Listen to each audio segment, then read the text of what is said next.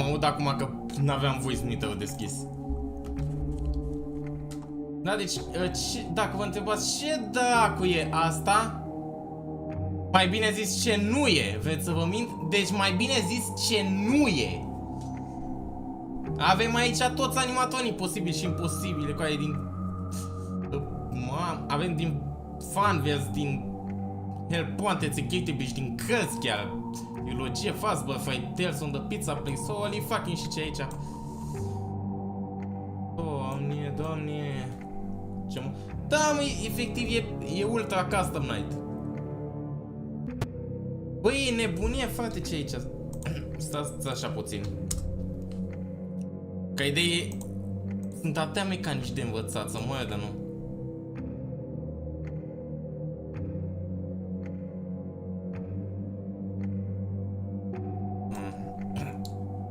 Bă, deci doar... Bă, mă întreb dacă e... Gen, dacă și locația e mai mare.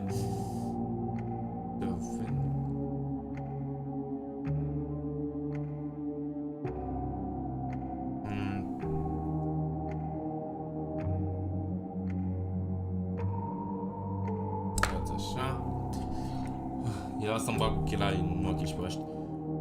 Bă, hai să punem o grămadă de variante de Golden Freddy, bă. Hai să punem orice variante posibile și imposibile de Golden Freddy, bă, frate, bă. Păi nu-mi dau seama bine care să știi aici. De ce? Costumul ăla de Shadow până mă... Bă, cred Freddy Sot, ești nebun. Asta ce? Aha. Pune pe toți pe 20 așa. Mă, mai întâi să fac aici. Mă, avem aici variante de Golden. Mă, să-l pun și pe Naima? Hai că pun și pe Naima.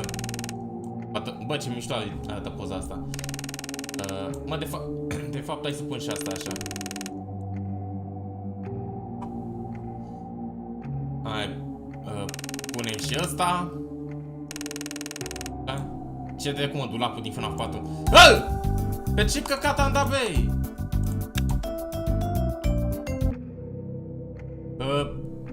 Ce asta? Bă, dacă cancel e Golden Freddy, hai să punem și pe el. Eu nu știu mecanicile și pune aici. Coaie, da, câte variante de Golden Freddy să mâncavaș. Doamne. Mă, băi, dar nu prea îmi dau seama la ăștia Phantom. Asta ce-i? Da, e Golden... Nope. Just... Stai că ăsta nu-i Golden Freddy. Mamă, vei, bă, da-s mulți rău de tot. Adventure Cancel. Bă, tu citești comentarii. Stați așa. Mă, cât poți eu. Coaie meu, dar sunt prea mulți. What the hell. Dacă ratezi un Golden Freddy, e vina voastră. Coaie, parcă mișelen să citesc toate instrucțiunile despre căcații ăștia. Ce n-ai? Funtime Foxy. What the hell. Mă, stați să văd ceva repede.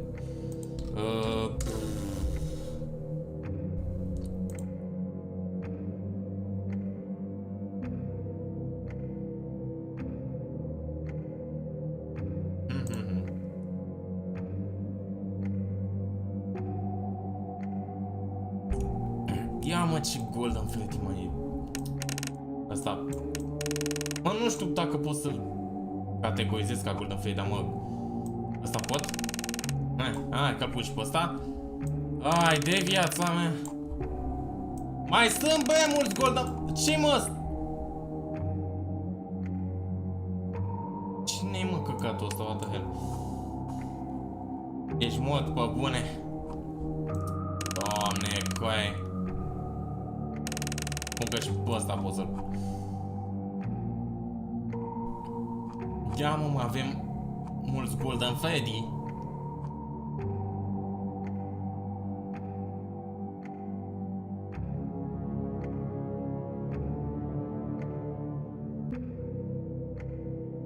Oh, ho, ho, ho, ho, ho, ho.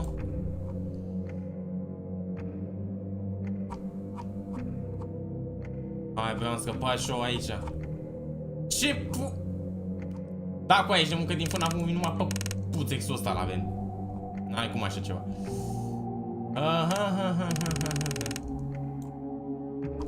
Păi, dar avem aici tot ce e posibil și imposibil. Și păi avem și din Pablos și din FNAC.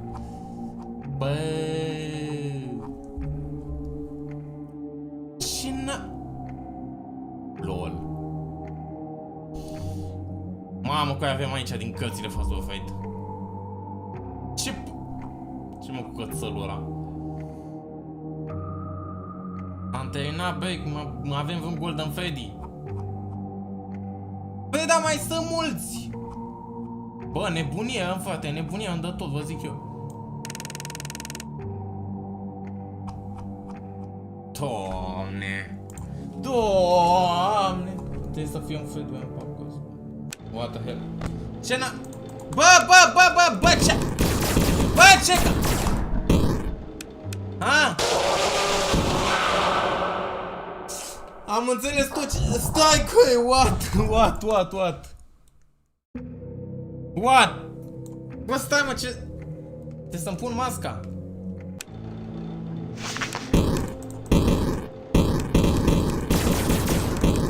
Bă, ce dracu, mă?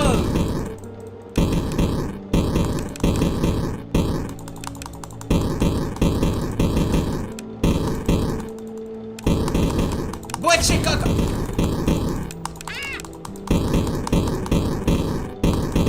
Stai mă, cu aia și eu ce... Gen... Mie ce mi iese dacă... Nu mai făcut. Băi, dar de ce se vede așa, what the fuck?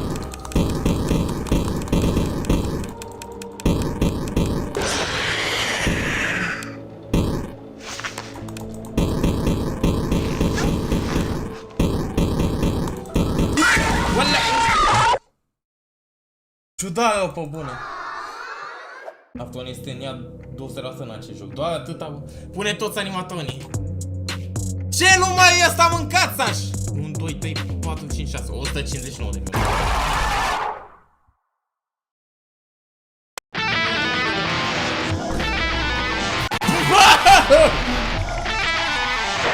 Ce de... Măcar nu e 0 total. Bă, ce n-ai? Coe! Bă, da, măcar e posibil să treci. Bă, așa că e posibil, mă, să treci. Bă, sunt curios la ăștia din cărțile Fast, bă, frate, bă. Sunt curios să-l dă tot pe bune. Ok, avem pe simbolii into the pit. Stai, mă. E din bol pituat?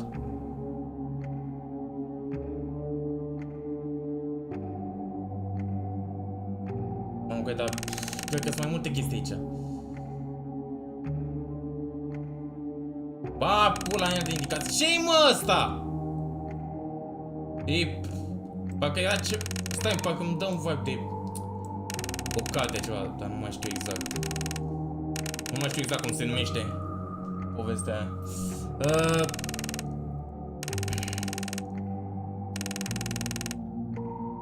Mamă, porografic baloarei. Ăsta cine cred eu că e? Bă, ăsta cine cred eu că e? E sprinte pula de-a fost fătat. Băgăm și cățelul. Doamne. Ia stați așa o secundă. Băi. Doamne, ferește că nu e... Adică, firește că nu e posibil.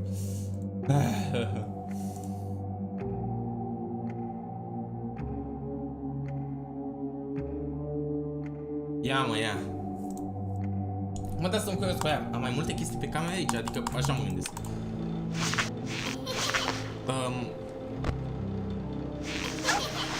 Da? Stai, what? De la ce am uit? E alt ultra custom night.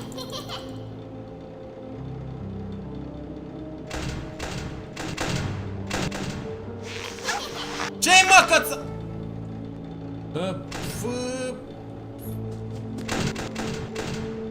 Stai mă că e. Bă, da de la ce mol? What? Bă, eu nu știu mecanicile pe bune acum. Bă, mă! Ce-s vere astea? Bă, cine e aici? Bă, ce-i cu ăștia?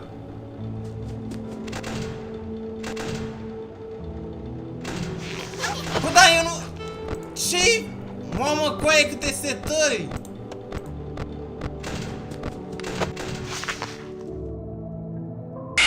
What? 50-20 pare ușor acum. Mă, chestia e că nici nu prea înțeleg mecanicile, știi?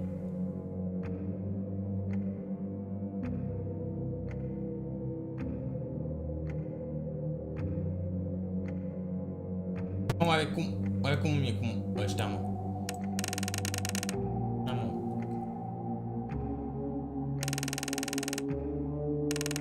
Băi, efectiv, mi-e și lene să mă uit peste ce fac ăștia, să moare.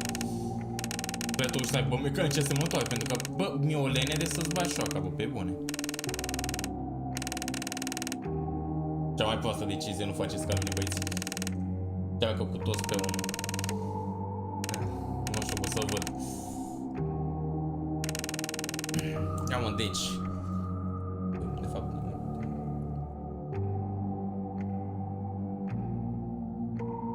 pula. Bă, ce? Bă, mă.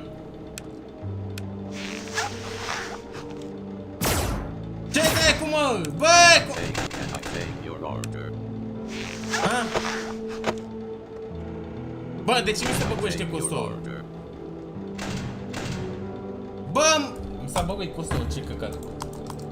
Ha? Ce mă căcatul ăsta? Mă ține captiv, ești păști?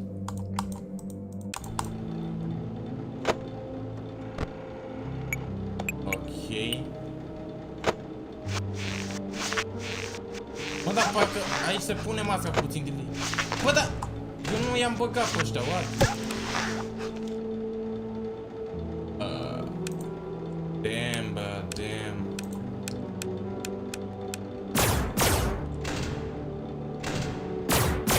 Bă, ce căca, mă! Bă, uite-l! Unde-i butonul de ventilație?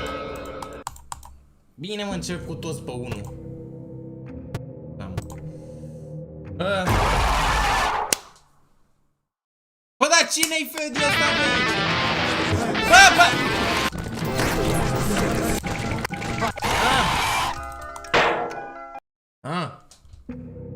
What? Băi, mi-o dați prea mulți. Ia mă. Ia mă. Am băgat pe plic, ai așa la Caterinca.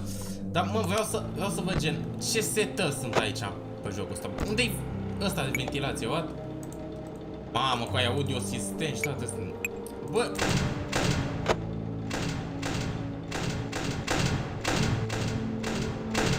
Ce se aude așa? What? Ce asta? Bă, ce e asta, be? Ce e asta? Bă, se compune Black Rabbit la mine în office. Ce asta de ce căcat nu pot să mișc? A, gen. Aici e doar acum pic. Bă, dar unde-i ventilația? Bă,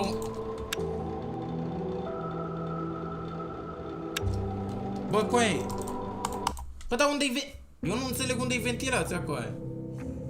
Să moaie, unde-i ventilația?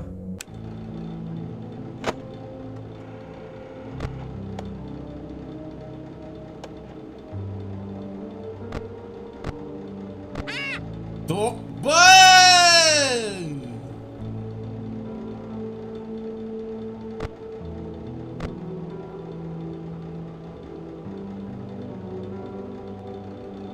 N-a început live-ul, oricum de, adică nu de mult timp.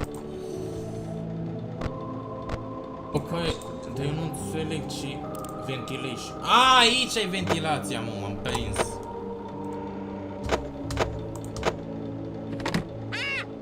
Dar asta pentru ce e? Ia mă, dacă. What can I do for you?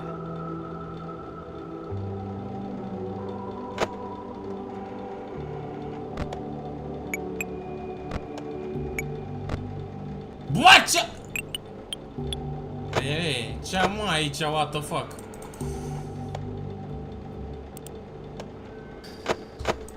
Păi, da...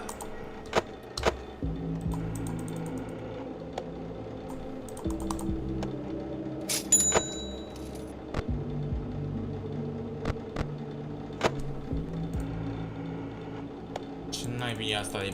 Cât mă, zero, what? Deci toate sunt zero. Băi, mă, totul e zero, what? O vreau altul mic ca să nu... Hai, băi, că și ăsta e fain. Dar nu mai înțeleg mecanicile aici. Uite, mă, capul lui Blake e habituat. Bă, ăsta...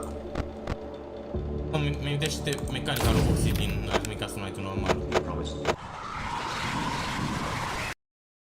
Holy shit. Nu știu cu aia, deci pe bune, că iau așa pe rând să le învăț mecanicile. Gen pe bune acum.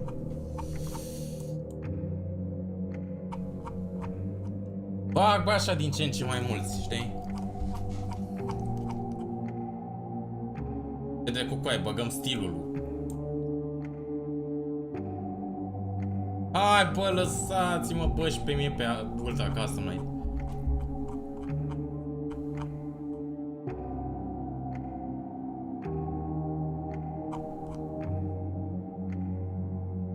Ia, mă. Asta venea pe ceva bolbit, nu?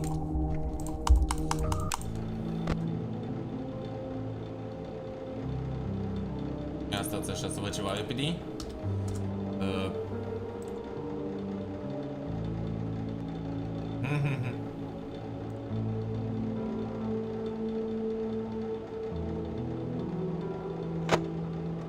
Bun. Și gen, eu cum ar trebui să o împiedic pe Blake să vină?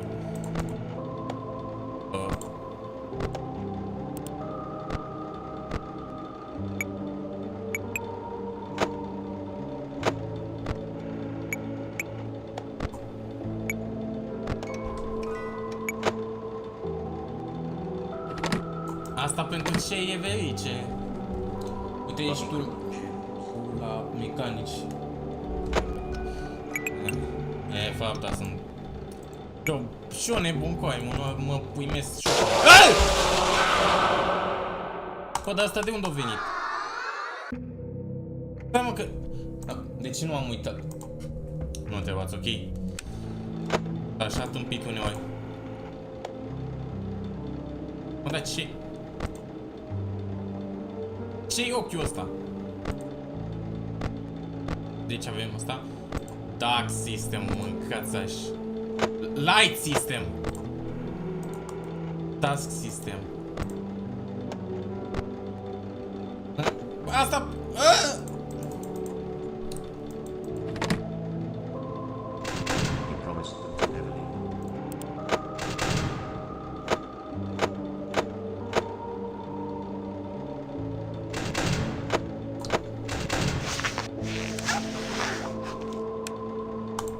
Bă!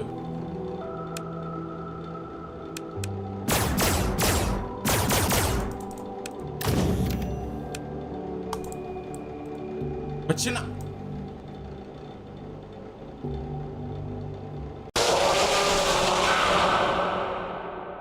Care e istoria lui Fece? Trebuie, e posedat de Endo. Să te piși pe el.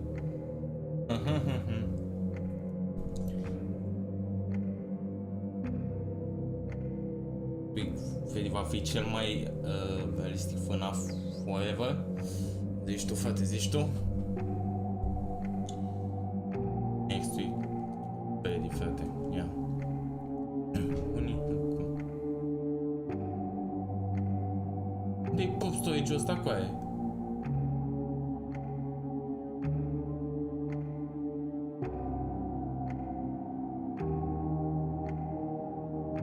Da, mă, deci prop storage și control shaquat.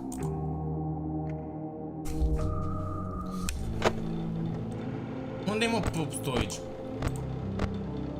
Bă, dar câte mai...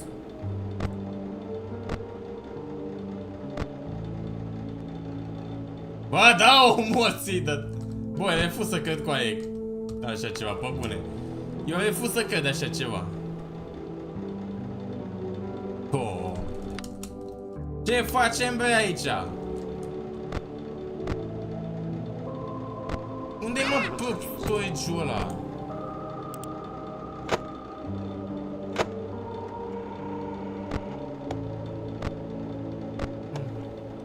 Basamentul.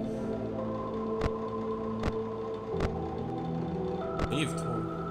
Isai. Water. Bă, dar sunt prea multe chestii și nu știu unde sunt, bă.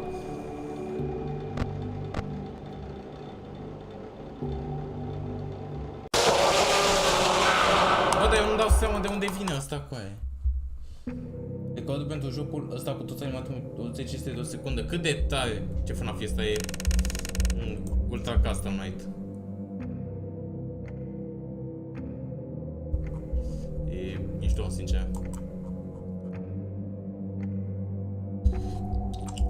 Ăla, eu nu înțeleg cu aia de unde vine ăla să moare eu. Gen, bă, bune. Păi, dar de ce avem numai pe puțexul ăsta? La FNAF movie, ești nebun?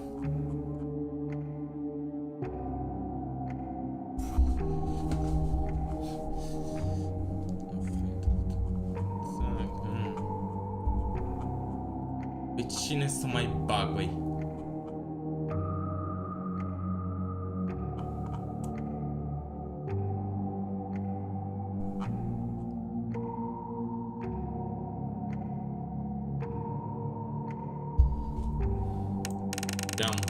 Aici știu mecanica, nu de alta. Am Funtime Freddy.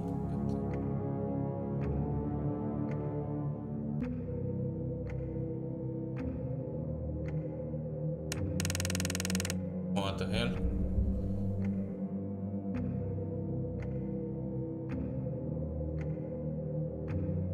Gen, practic trebuie să mă folosesc de... Deci cu alt micas normal, azi nu cred, sincer. Bă, da, cum căcată la Devenit pe ăsta?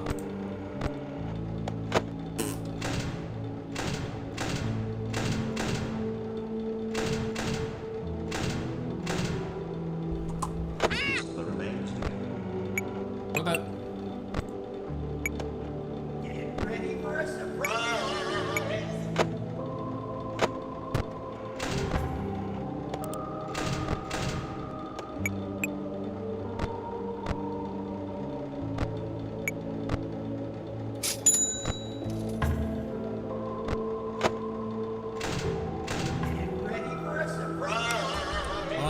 Sincer, cred că joc o venea de Dark Revival, sincer.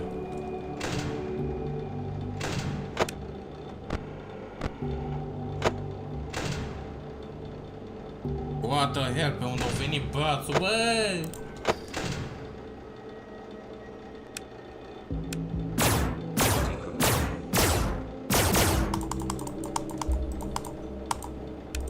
Am epuizat și asta aici, nebun.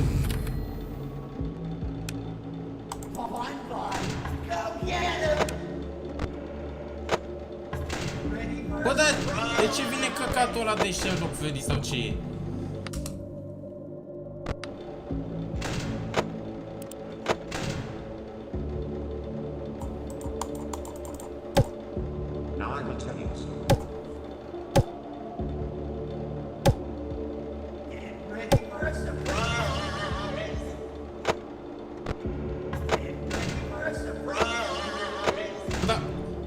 Unde e ăla de miniere?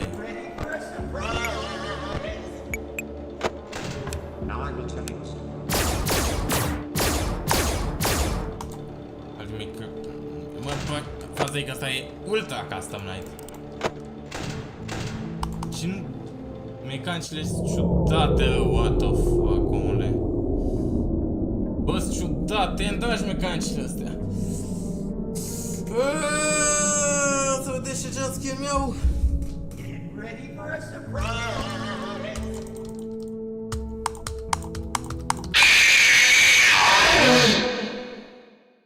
You must be hearing Altul me, moment te silly. joci, ultimii ca să nu te sărași. Mă, dar n-am promis că mă joc sârb, what the hell. Și acum ăsta e ultra custom night.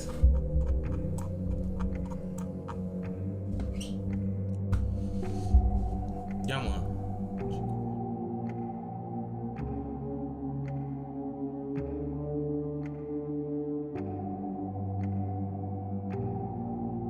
Da,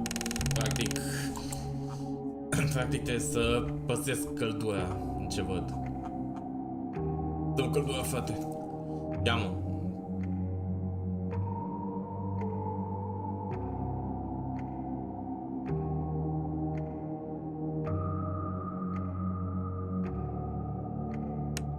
Deci cam sistemul, cum s-ar zice. De ce să mă tot fi de animat un preferat? Pentru că este. He. Mă, cam sistem. Alo! He pieced the remains together.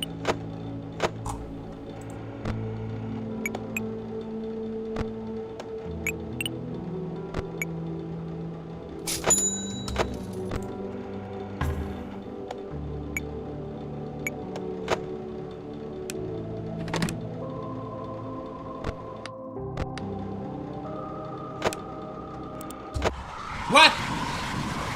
Mă, da, stai mă, Black Rabbit-ul era aici? Stai cu ea, când au venit Black Rabbit-ul, what? Sau trebuie să închidem ușile?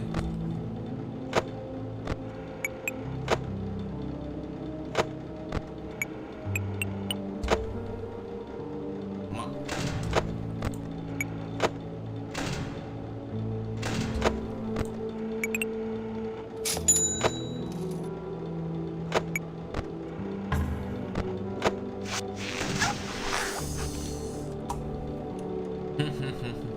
Internet, frate. Toată lumea vrea să joci mic, asta e normal. Ai, bă, dar vreau și eu să mă distrez, bă.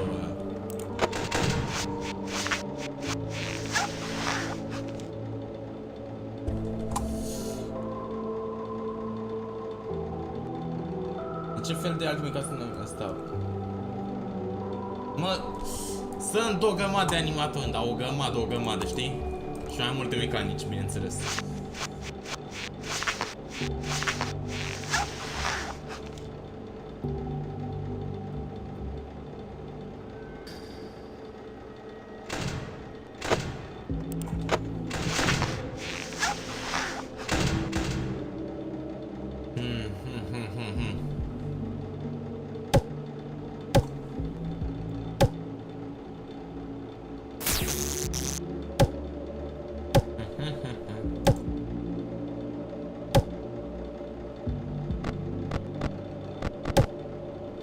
Ce de...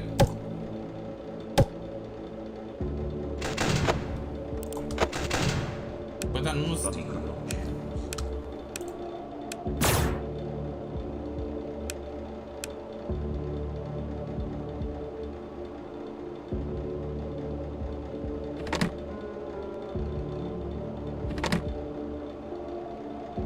Al... What so...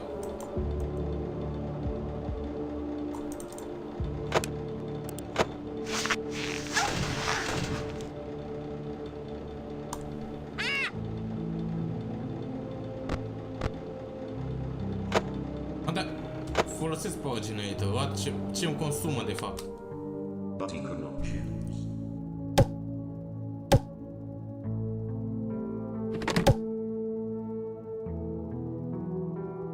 Uite, noi te... Ba da, m-am terminat mai parcursat.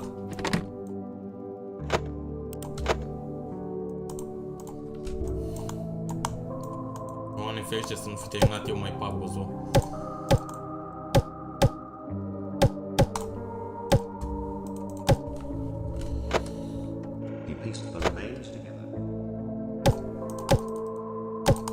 Bă! Stai mă că nu...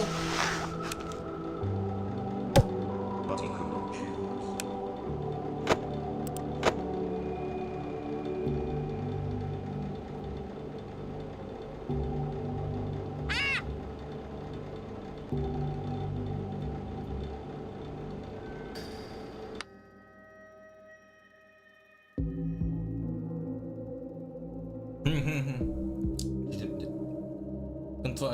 Când faci tipul cum ai paugos, bă, cât de curând cred.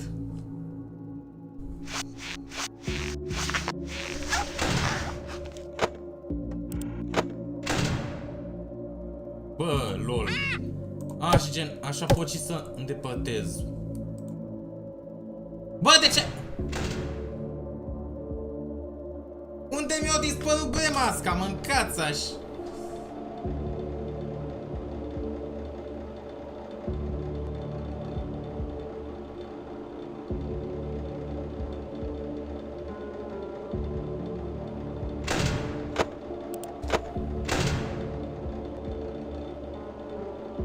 Am avut și mască dacă ai băjeții. Bă, dar de ce tot vreți altimica asta? N-ai tu normal, bă? N-ai și o voie să se joace și el ultra. Plus că iar au dat și pe ăla pâine. What?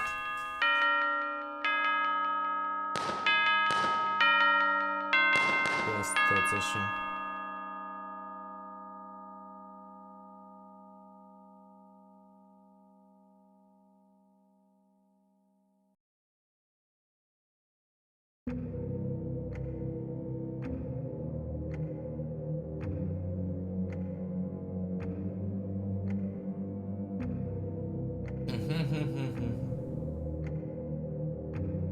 Mai fan să te uiți acasă. Păi, dar nu știu ce căcat tot au papuile alea.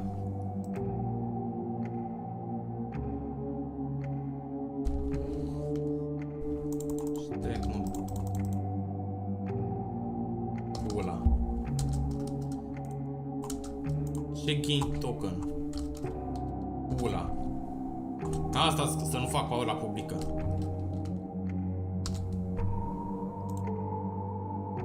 Ce?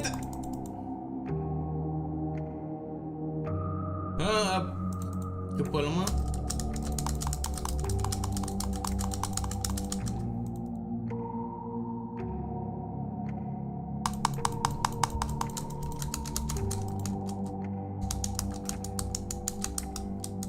Ultra nimica să n-ai nu e. Mă, dar gen, faza e că toți animatorii din Ultimate Cast Night Plus mult mai mulți. Mult mai mulți. You've been busy, huh? Ah?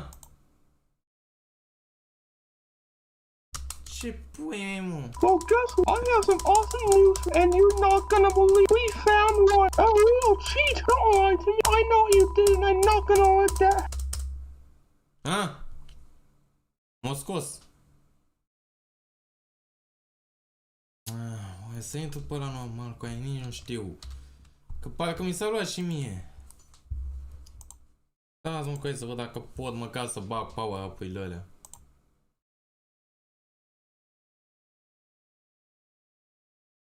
Mă lasă, bă, să le bag. Sau ceva.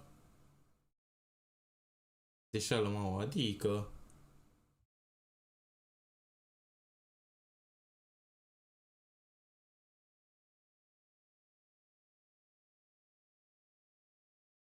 Da, să se deschidă. Ne-a pula pe oia, băi, ești nebun?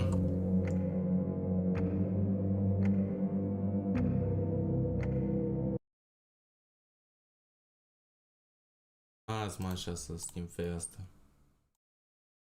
Yeee! Am avut și power-up, dacă e. Ce drept. Nu știu cu aici căcatul tare de nu mi le bagă.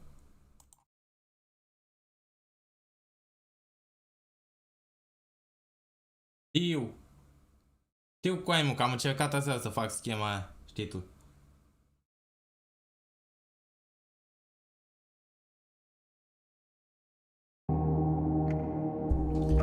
Și acum, ce că nu mai merge să bag pe păile astea.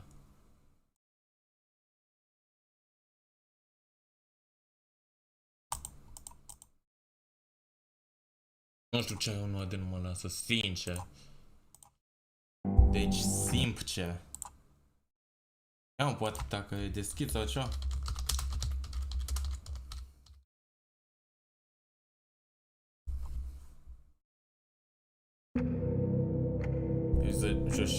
Eu știu, mă, eu știu. Ia, stați așa o secundă.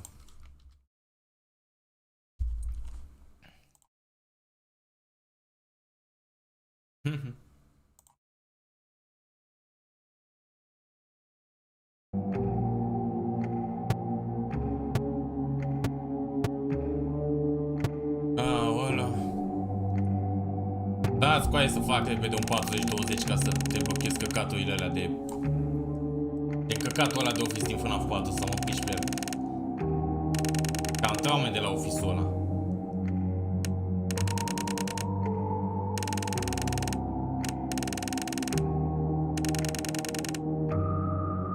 Și încă cineva. Da, ce le unghi, bă. Aha!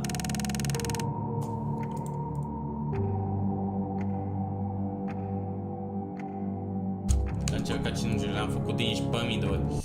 A, să fac asta, să te blochez că... De ce? A, cred că aveam visual effect activat. Și de aia mi se mișca așa. Să mă uit dacă înțeleg de ce există visual effect-ul ăia. E bune, cu aia e efect.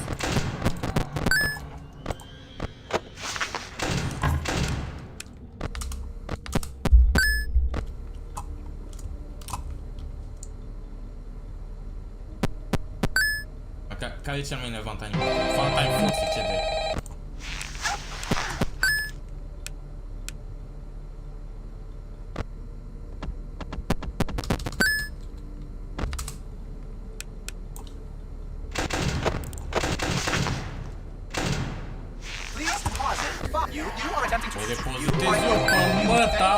Depositing 5 coins. Uh-oh, how unfortunate. Uh-oh, how unfortunate.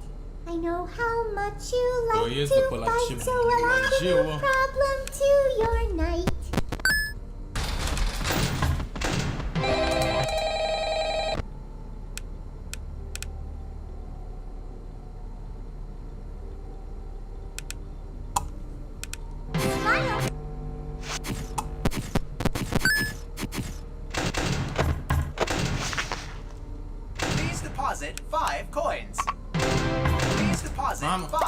Păi asta mă enervează la Office-ul ăsta. Thank you for depositing 5 coins.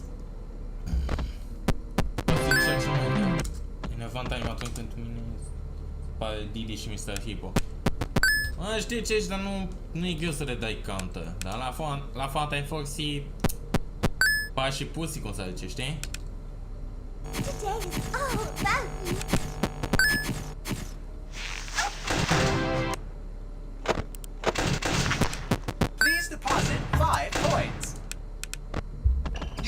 You are attempting to...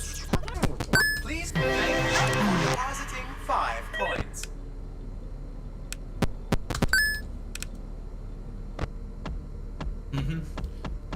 Care e animatorul pe care îl lurești? Gen ca mecanică sau în general?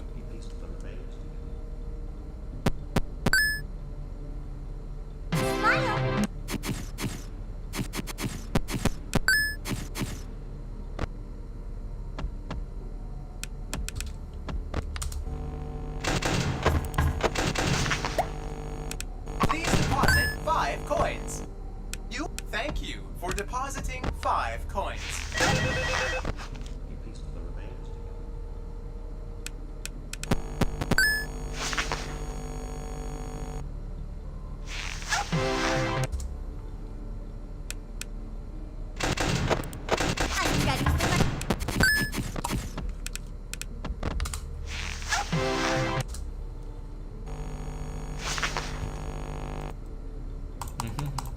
Costumul lui e același din sau e practic modificat. practic o parte din Nendo ar fi la fel. Mai mult sau mai puțin, nu știu cum de pot să zic. Depinde acum și de teorii și chestii.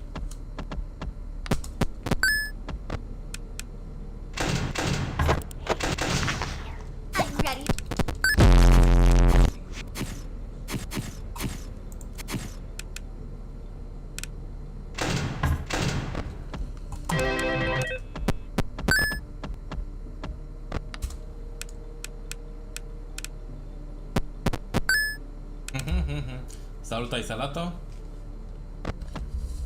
Neața, băieții!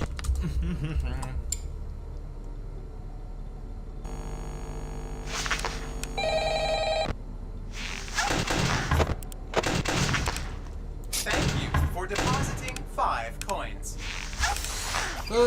Și cam mai a fost, mă. Cam mai a fost.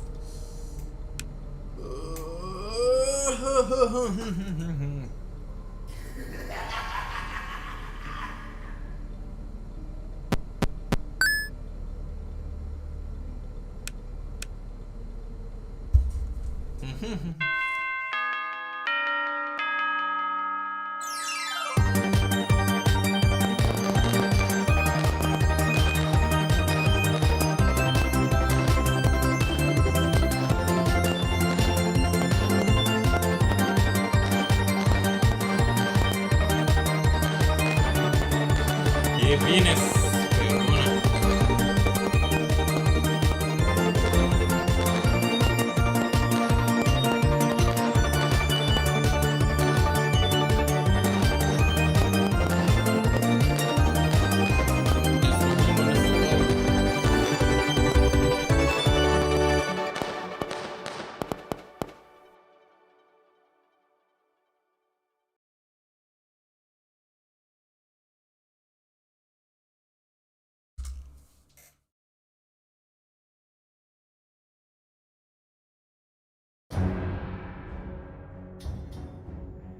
Deci, 鳥を撃ったか、それとも捕まえようとしただろうか。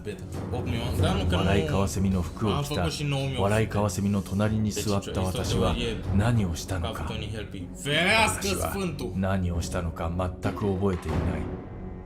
それは傘とゴムのズボンと何か関係があったようだが、私はその夜結構な笑いカワセミのシチューを楽しんだことを覚えている。池に浮かぶことが素晴らしい瞑想法であることを発見した。問題は厄介な学校の子供たちだ。奴らは水中に潜って私を引っ張ったり、蛇を池の中に投げたり、蛇のようなものを投げたり、怒っていた。奴らは大きなカゴにあらゆる蛇を集めて、私は実際に久々に馬小屋から集めていた紙を使ってアルパカの衣装を痛烈に作った。私は実際にはもともとかの窓の外でいくつかの厄介な音作りを計画していたが、その後彼は飲酒の谷に落ちた。そしてそれは私の誕生日のようだった。誰かここから下ろしてくれ。だからもちろん私は彼をトラックから引きずり出し、しばらくの間アルパカの糞で彼を巻き込んだ。とても楽しい。私は写真をオンラインで投稿したが、最初に友人に見せてもらう必要がある。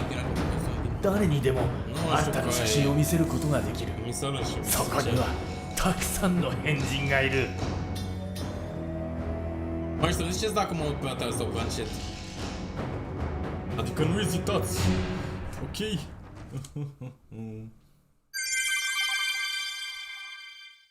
Mai gămea, da, poate stați să văd ceva repede.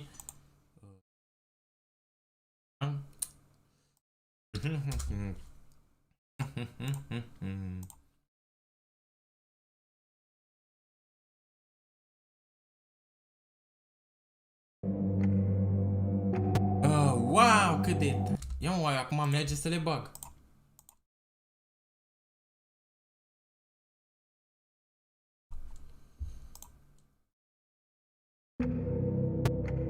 de ce nu? Eu nu înțeleg aici de ce nu le bagă. What the hell? Doamne!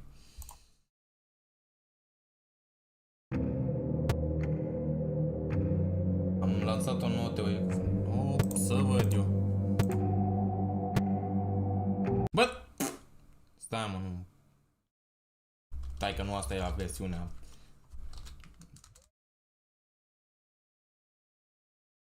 Nu asta e versiunea aia bună. Casa de păstin, zic. What? Oh, mai înțeleg nimic acolo. What the hell, bro? Ultimate Custom. Asta e, mă, versiunea. Unde mi-e, bă, high school ăla, lămau? Nebunia de tot. Aici sta... Dar nu știu cum de... Poate după ce am dat save aici, dar... Băi, ce căcat, mă, că me setează tot, ești dement. What? N-ai făcut, bă, de setai tot, lămau. Ah?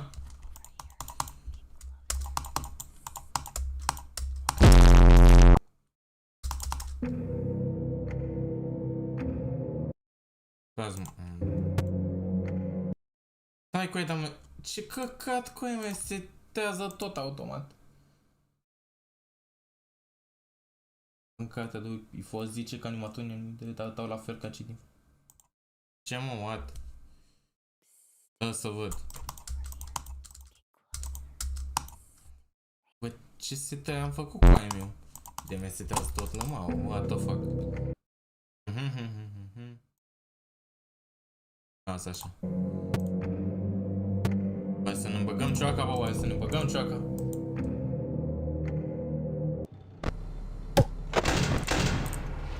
Hai, mă, futui.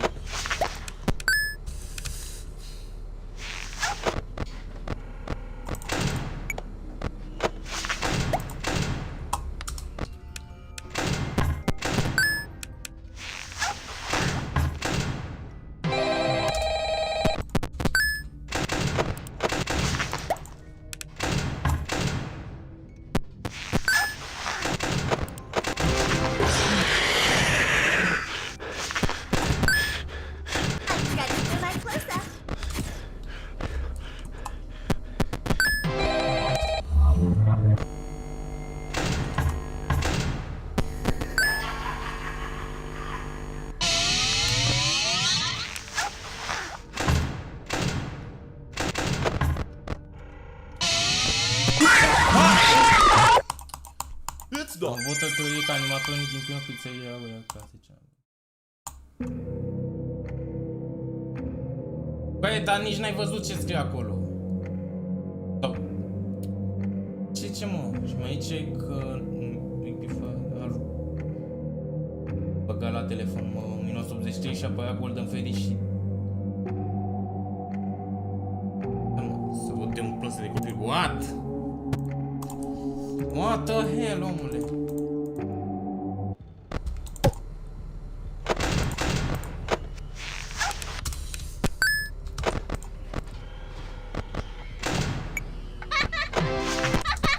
E, mă, ăsta.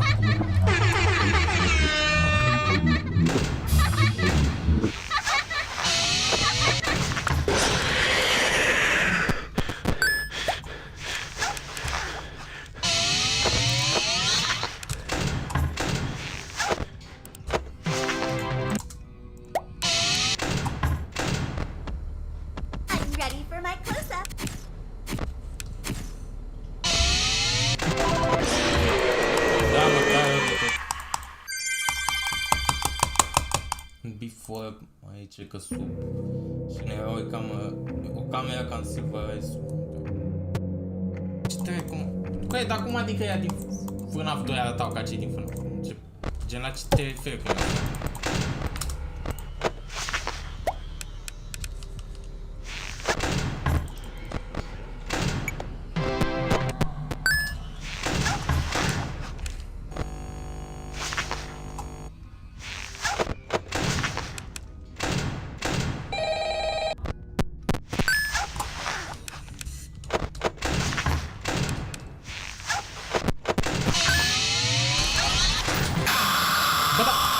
aici, credeam că... E măsa.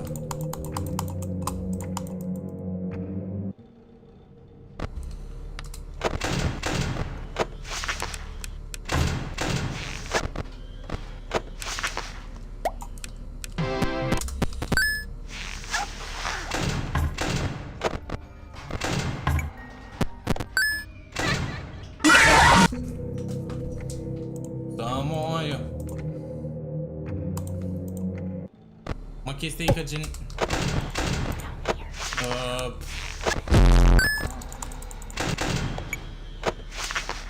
Nu știu cum să zic, nici nu a ieșit full ca să tragem niște concluzii clare, știi?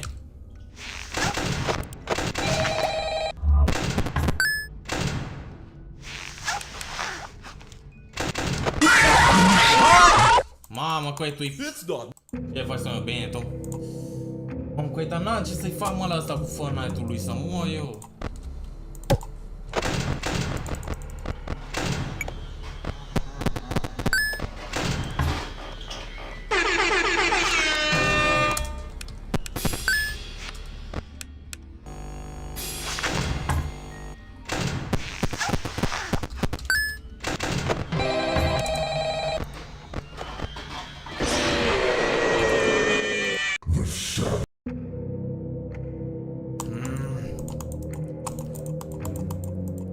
Coi, dar cartea nu e gata încă full, sunt doar licuri momentan.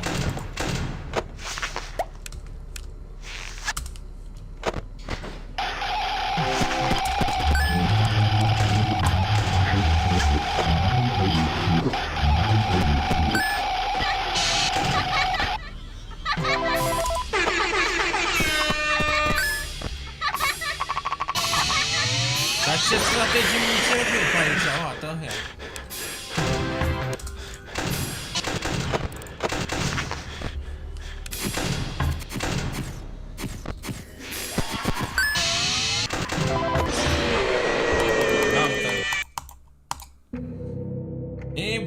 Ca de animator care apare într-o poveste de nu-i mare lucru, sincer.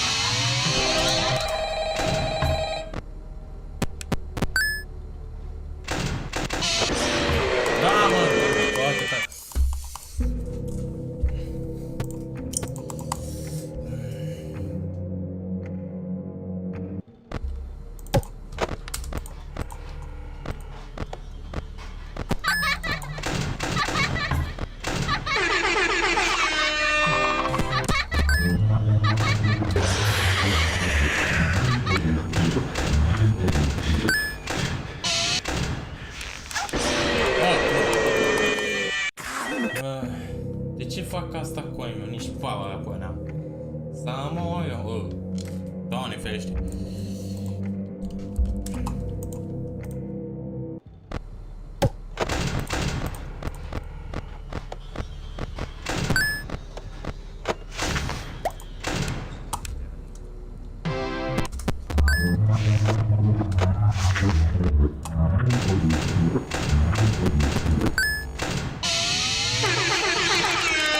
Hai, coaie, același căcat de nu-l văd pe el, pe futul eu.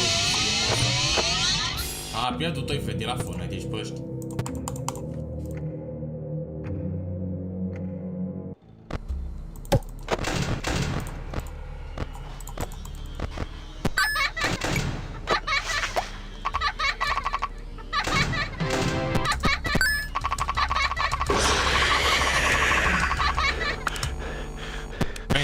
M-am puțin și mi-a din nou de Acuma ca să mai să mă eu.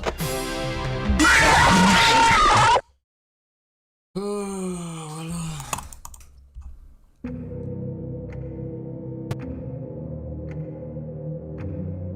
făcut, asta nu, cineva l-a făcut pe feci la perfecțiune în viața de rost.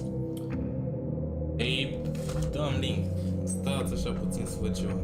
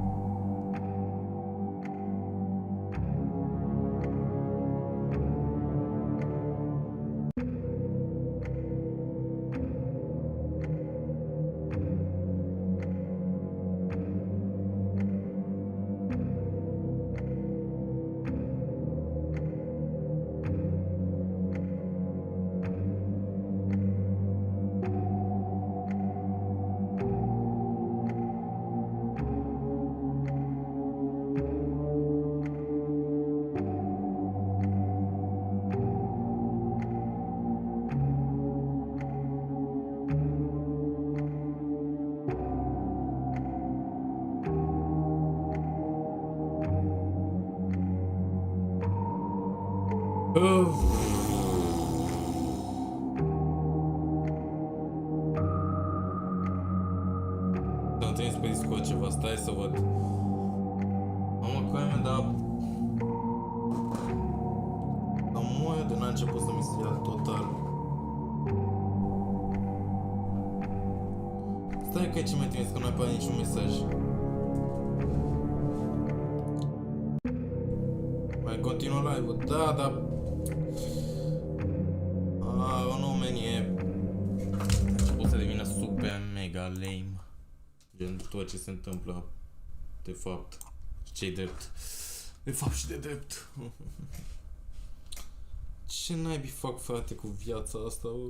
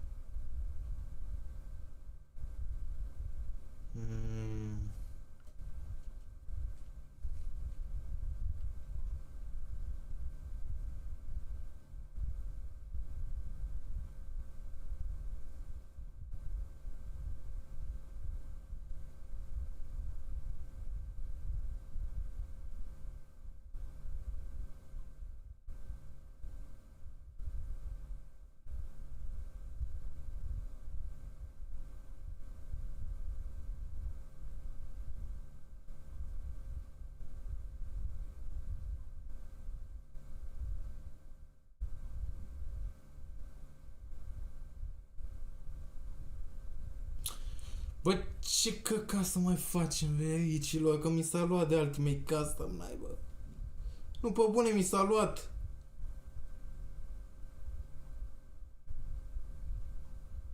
E bună zi, bună noapte, bună, what? What the fucking hell, omule? Stați așa că am o idee, dar mai întâi să mă piș. Că e o teorie, vreau să o văd. Și că uitam acum, dar stați să mă piș mai întâi, ok?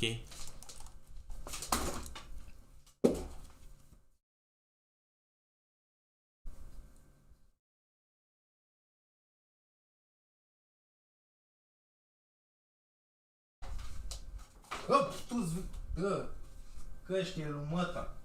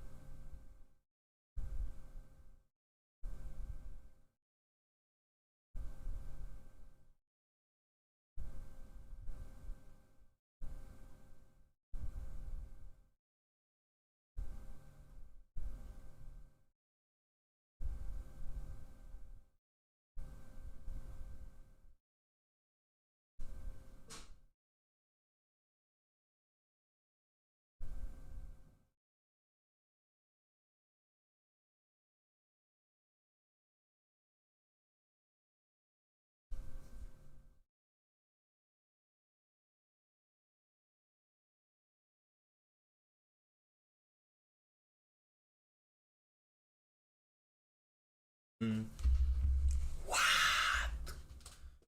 Bă, nebunia, frate, nebunia, dă tot. Nebunia, dă tot. Dă tot în nebunia, bă. What the hell? Bă! What? În ce lume trăim, bă? Să pun și căștile.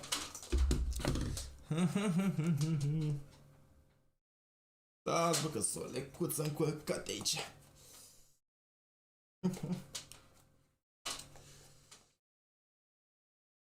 Ia. Ia stați așa puțin. Joacă. Dar nu pe live-ul ăsta, știi, gen dacă e așa fac live separat. Lasă-mă că voiam eu să văd o teorie din aia ștechea. Ne uităm imediat ca să știți.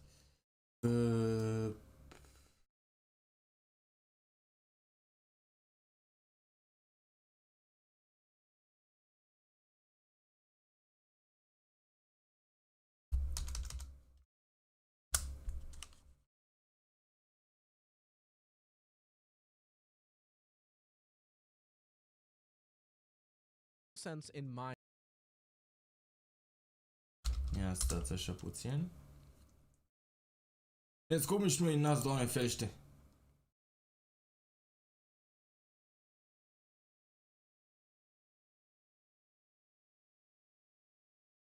eyes that this suit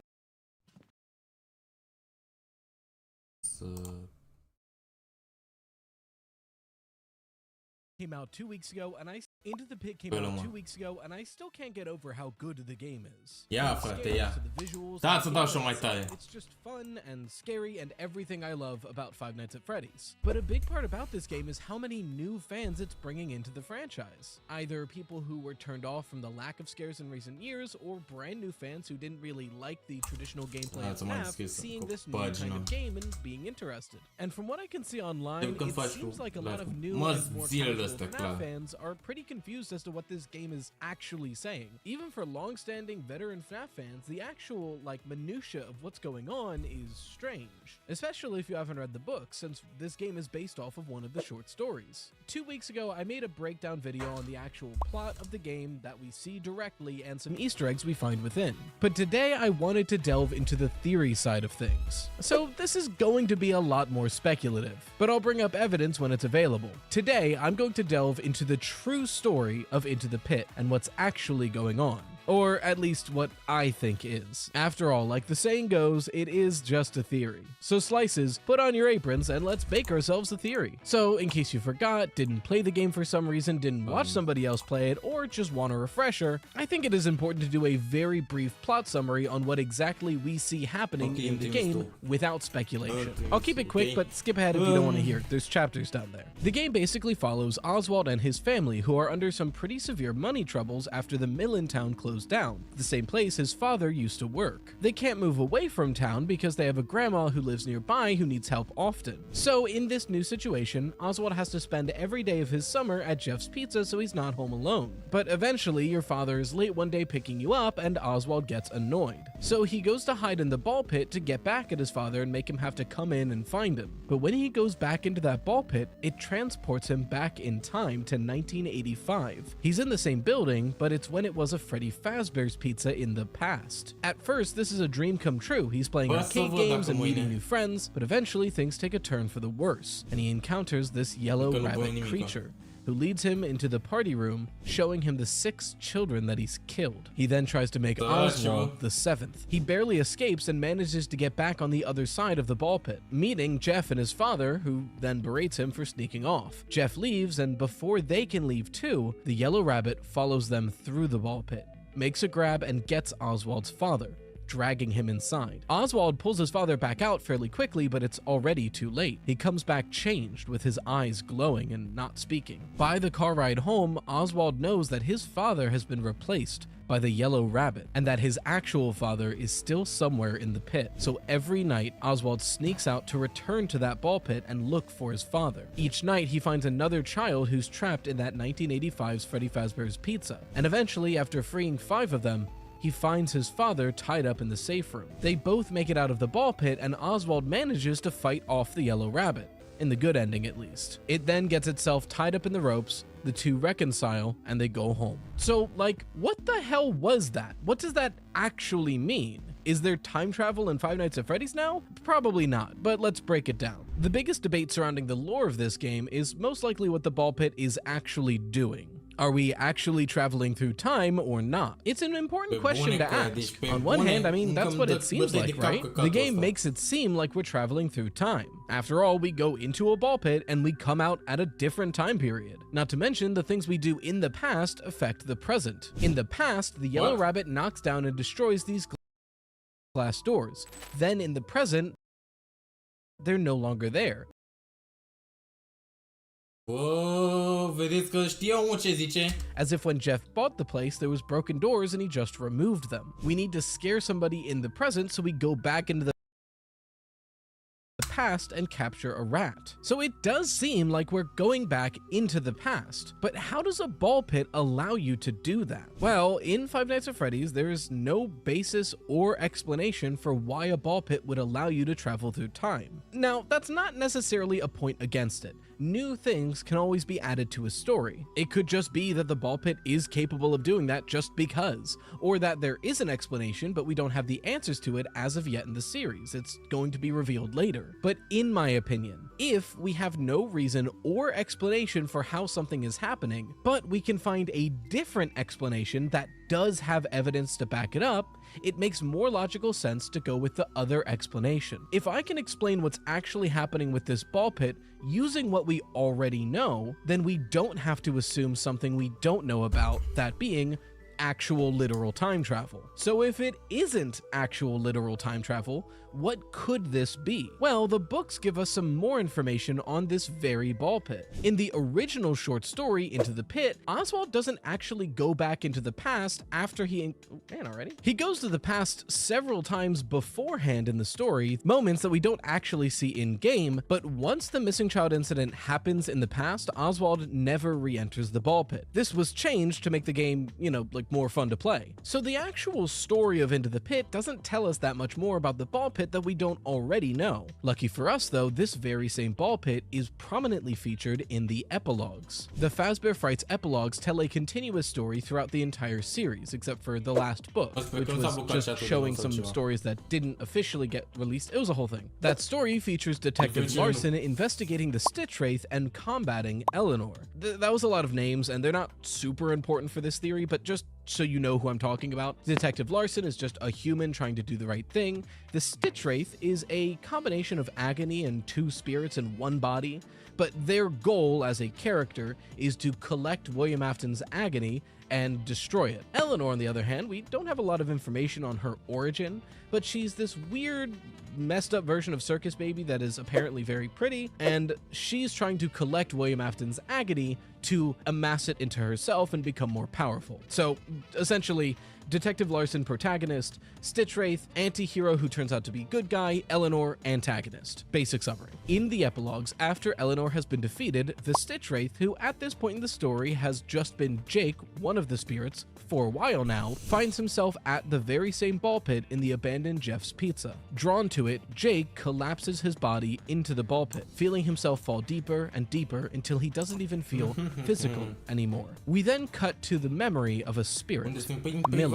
Millie is the main character from the story Count the Ways, and a quick summary to that, you've actually seen this story represented in Into the Pit if you got the 3-star ending. I'll describe the story first, see if you can figure out which minigame I'm referring to. In Count the Ways, Millie is annoyed at her family's gathering and sneaks off to do anything else, and she finds a Funtime Freddy to which she goes inside of. But once inside its stomach hatch, it closes in after her, not letting her out. Suddenly, the eyes of Funtime Freddy turn inwards to face her, and then Funtime Freddy begins listing off the several incredibly detailed and graphic ways that he could kill her, giving her the choice of her death. Millie doesn't want to die. She was just depressed and very gothic and talked about death a lot. So by the end of the story, Millie picks the guillotine in the hopes that she can dodge out of the way at the last second and escape. The story ends ambiguously, but the fact that we're seeing her spirit now kind of tells us what happened. Did you figure it out? This is the mini game you play when spamming the candy machine at night 5 of Into the Pit, where you see this girl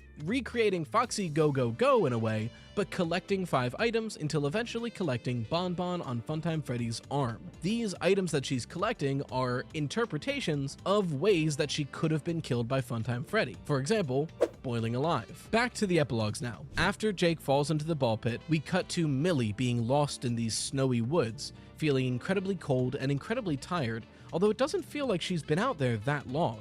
She is, however, lost, until a boy comes out from the woods to grab her by the hand and help her back to her grandfather's house. And once she sees it and sees her family happily celebrating inside, she runs in and is warmly welcomed home. And for the first time in what feels like a long time, she is happy. Cutting back to the real world, one of the grubby red plastic balls in the ball pit shines golden and then eventually becomes semi-transparent with a pastiche of this memory inside. One by one, the other balls in the ball pit start doing the same, turning gold and then semi-transparent with a memory inside. Not the same one as Millie's, just a memory. Until eventually the whole ball pit is shining. The story then cuts away. The book here is saying a lot, and it's implying even more. But from these implications, I believe the book here is saying that this ball pit harbors many lost souls trapped in purgatories made of their own memory. These spirits are trapped here by agony,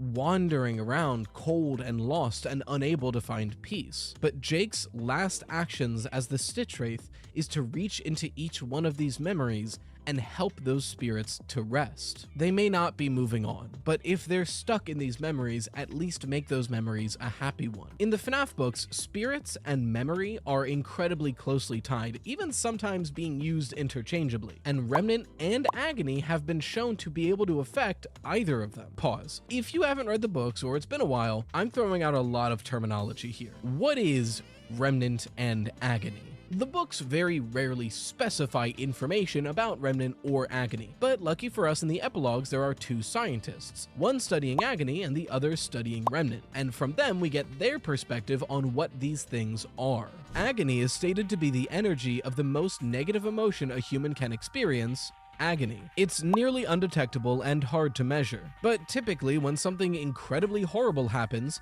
a nearby object becomes infected with the agony of that event. That energy can be manipulated and used in various ways. Remnant, on the other hand, is slightly different because it's not the energy itself. Remnant is specified to be the combination of incredibly positive human emotion or spiritual energy or memory. Again, these are stated somewhat interchangeably at times, and metal. It is specifically the combination of that positive energy and metal in physical form.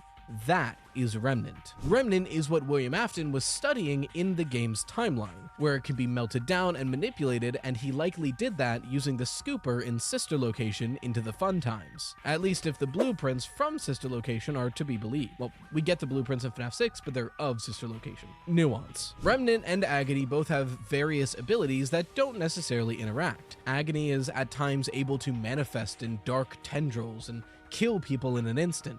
Meanwhile, Remnant has been shown to be able to heal. Even just scraping some Remnant off on someone in the hospital dramatically increases their health. But both Remnant and Agony can manipulate memory. We get clear examples of both of these things happening. You could argue what Jake does in the ball pit is Remnant, but for a more direct example, earlier in the epilogues, Jake encounters a depressed homeless man and reaches out to him. He's able to, in the homeless man's memory, find a positive, happy memory, and strengthen it and make it larger in his mind. And in the real world, the man is much happier afterwards. An equal but opposite example can be seen with Agony. During the final fight between Detective Larson, the Stitch Wraith, and Eleanor tries to neutralize the detective so she can prey on the others. And to do this, she traps Detective Larson in his own mind by implanting her memories of the horrible deeds she did onto him, at this point likely using Agony. Theoretically, he'd be there for a long time if it wasn't for his own ingenuity. Within those memories, he finds ways to either escape or defeat Eleanor, and then escape that respective memory until eventually he comes back too, because when this was happening, he essentially blacked out. I think you might be able to start seeing the pieces come together here, because I think all of this is establishing a precedent. The books clearly show us that the spirits and memories of people in this franchise are trapped in this ball pit, and the books give us examples on how Agony can manipulate memories to keep people trapped within them. Even further, we have examples in the books of Remnant being used to make memories better and happier. Even further, we have examples in the book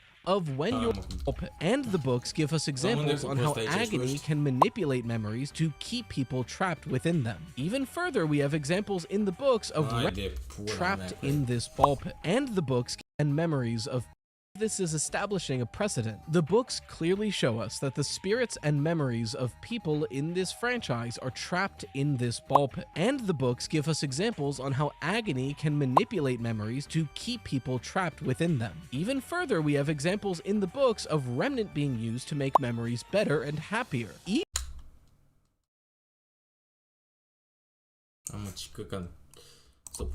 have examples in the book of when you're within someone else's memory, you can make changes and affect that environment. When you're within someone else's memory, you can make changes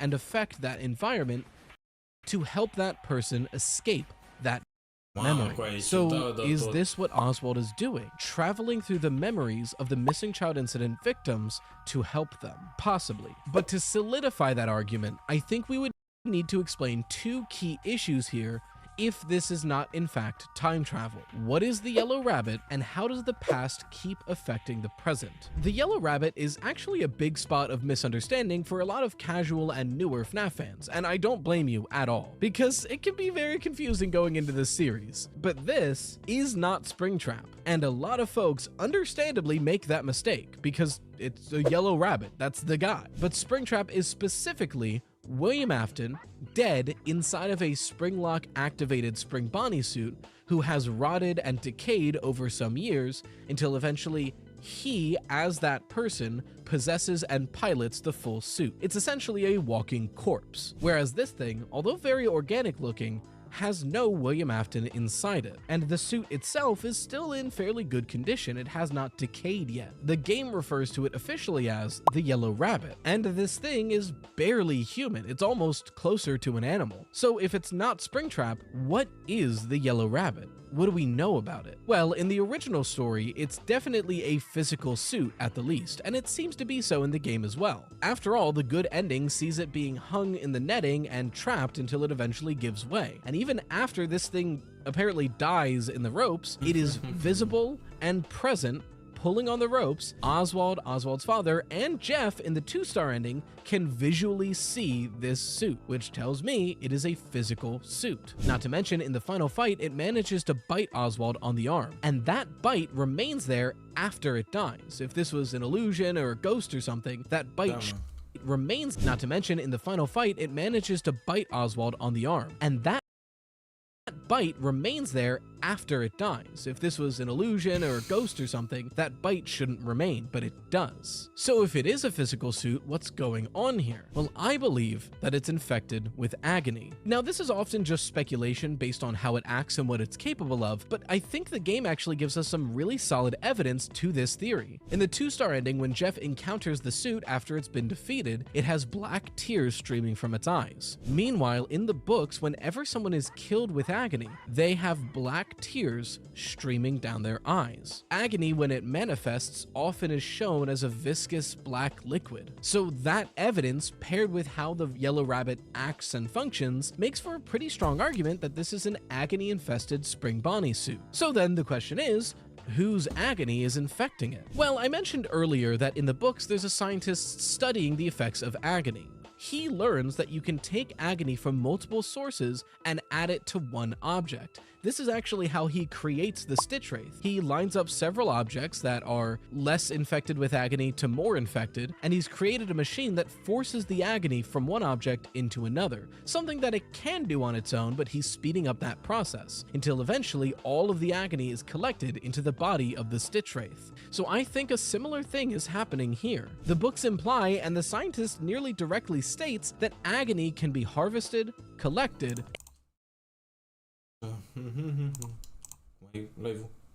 Okay. amplified, and rally around a single consciousness. If this ball pit is filled with the agony of the victims of the missing child incident, that would likely coalesce into the suit that killed them. Not to mention, if all of them were killed by William Afton wearing this suit, then it would be a nearby object for their agony to infect during the event of the missing child incident. But I don't think just their agony is inside this suit. After all, it's acting a lot like William Afton. So is William Afton's agony in this suit as well? I believe so, but if that's true, am I saying that he died in the suit? Well, it doesn't appear so, at least not yet. When William Afton dies in the Springlock suit, his body is affixed to that thing, it's placed in the secret safe room that every Freddy's has, and sealed away. But this suit is in generally pretty good condition, and I don't see any corpses inside of it, which leads me to believe that William Afton hasn't died in this suit, at least not yet. But if that's the case, why is William Afton's agony here? Well, truth be told, I don't have an amazing reason for that. Maybe he's just that evil, maybe he did something else to experience agony during it. I mean, in the Silver Eyes, William suffers a Springlock incident before he dies. He has scars all over his body.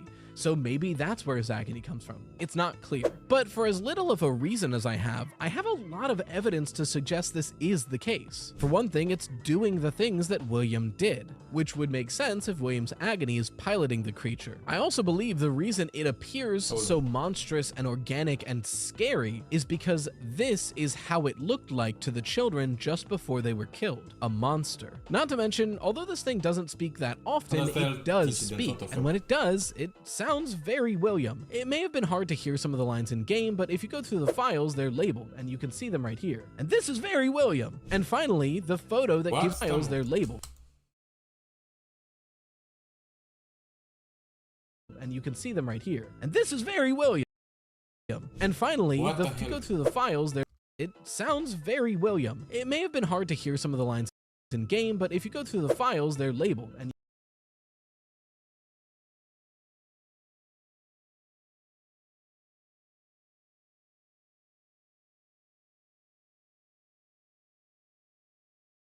What the hell? Chiar zici you că e can see William. them right here. And this is very William. And finally, the Mă, de ce?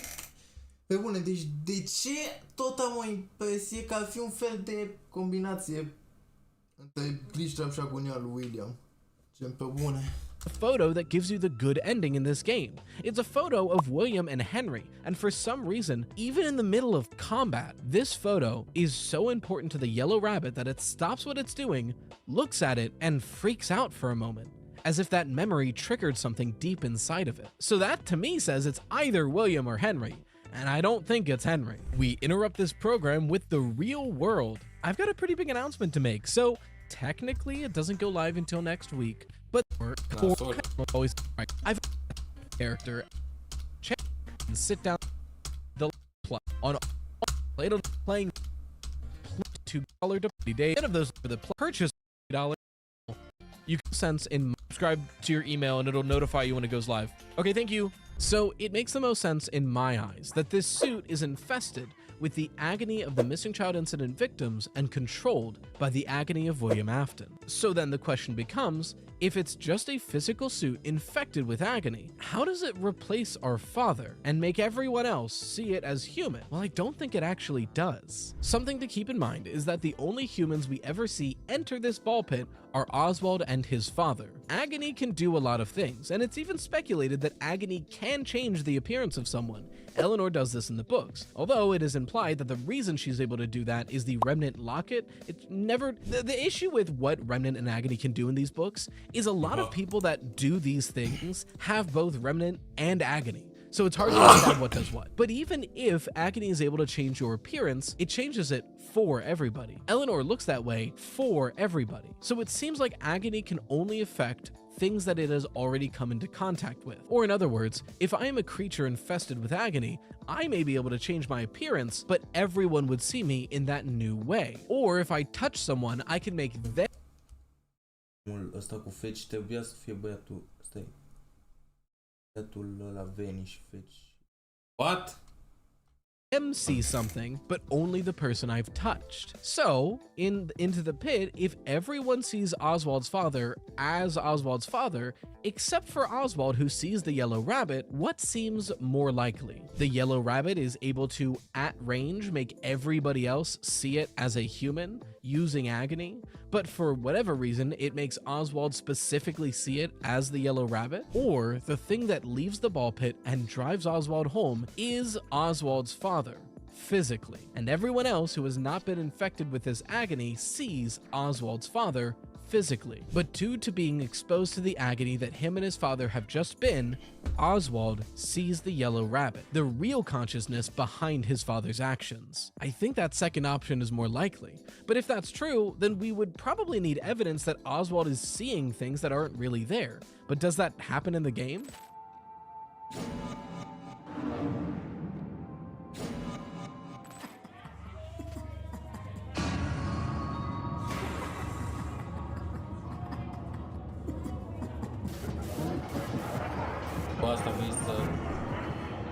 So yeah, as always, we cannot trust the point of view of our main character in a FNAF game, because they might not be seeing what's actually there. If agony is affecting Oswald's vision in these moments, who's to say it's not happening elsewhere? Like when the past is affecting the present. Sure, in the past the yellow rabbit destroys these doors, and in the present they're no longer there. But is that really the case, or is this another hallucination due to Oswald's exposure to agony? Just like the yellow rabbit in his home. I think it is. So we've been prepping these ingredients and mixing them together, but I think it's time to put it into the oven and see what kind of horrors rise. This, in my theory and opinion, is the true, full story of what's actually happening in Into the Pit. In 1985, 6 children were killed by William Afton wearing the Spring Bonnie suit. Păi, dar asta e altă pizzerie, what the fuck, nu e același. Adică for some reason, after doing this, he hides the physical suit in the ball pit before fleeing the scene. When Fazbear gets there and sees... Mă, mai William să fi ucis alți 5 copii la altă pizzerie sau ceva? Gen, adică 6, pardon. Să mai fi făcut încă o cremă la altă pizzerie. This gruesome sight, they wall off the party room, pretending that as though it never happened, and try to sell the place as fast as possible. Those spirits, however, know that it happened, and they are trapped there, their agony preventing their spirits from moving on, keeping them stuck in an endless purgatory of their memory of that day, the best and worst day of their life, endlessly repeating. Looking for the cause of this, the agony attached to that physical Spring Bonnie suit seeps out and affects the rest of the ball pit, and over time the entire ball pit is infected with their agony, their pain, and their memory. Some years later, Oswald enters that ball pit and hides deep inside of it. Being surrounded by all of that spiritual energy and agony, they reach out to Oswald, and he finds himself in their memory of that day. At first, he's having a wonderful day at Freddy Fazbear's Pizza, until he sees the reason they're trapped there, and he sees them dead on the ground. The horrible acts done by the yellow rabbit. He tries to escape and manages to get back out of the ball pit, but that agony doesn't want to let him go yet. It takes control of the physical suit and tries to grab for them, managing to get Oswald's father and dragging him into the pit. Oswald reaches in and pulls his father back out, but being exposed to that physical suit changed him. His father is taken over by the agony of the yellow rabbit. Oswald sees him for what he really is and knows that at least mentally, but being exposed to that, dragging him into the pit. Oswald reaches in and pulls his father back out, but being exposed to that physical suit changed him. His father is taken over by the agony of the yellow rabbit. Oswald sees him for what he really is and knows that at least mentally, his father is still in that pit. So night after night, Oswald is taken over by the agony of the yellow rabbit. Oswald sees him for what he really is and knows that at least mentally, his father is still in that pit. So night after night, Oswald sneaks off back to Jeff's Pizza, to go back into the ball pit and searches through the memories of those victims to look for his father. And in doing so, into the ball pit and searches through the memories of those victims to look for his father. And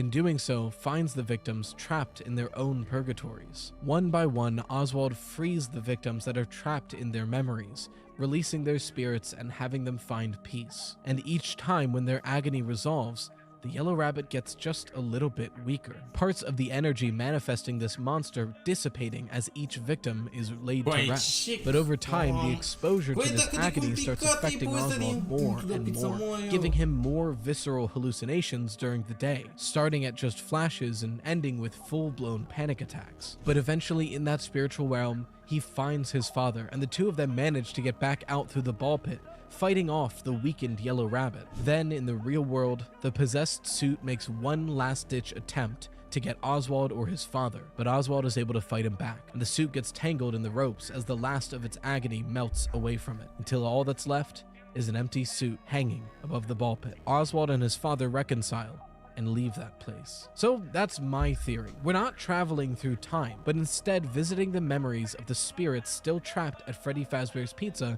and helping them find peace. At least, I think there's a lot more evidence to suggest this than literal time travel. But that's my take. What do you think is actually going on in this game? I'd love to hear your thoughts in the comments below. And if you're a new FNAF fan and this video helped you, subscribing would be super cool. Ia mă, ce mai trimis aici? Coaie, cum stă pe ăsta, măi, ce... De asta. Hai să mă uit după. Okay, the new Five Nights at Freddy's interactive novel, the week before, it just got leaked early, and there's a shite ton of lore in there, like old lore too. So Scott is like actually finally going back to stuff like the Bite of 87 and the Bite of 83 even, which is crazy. There's a lot in this book, and I had to make a video on it really quick just to talk about this real quick, because oh my god.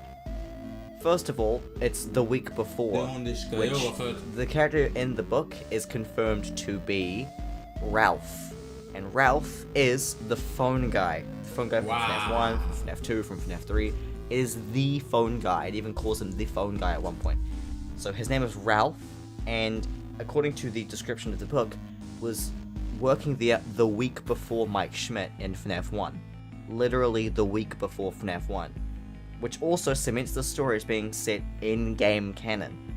Like, this is the phone guy, not a parallel phone guy or anything like that. This is confirmed in-game canon. The week before FNAF 1 with phone guy. Which is crazy and something we've been asking for like freaking forever.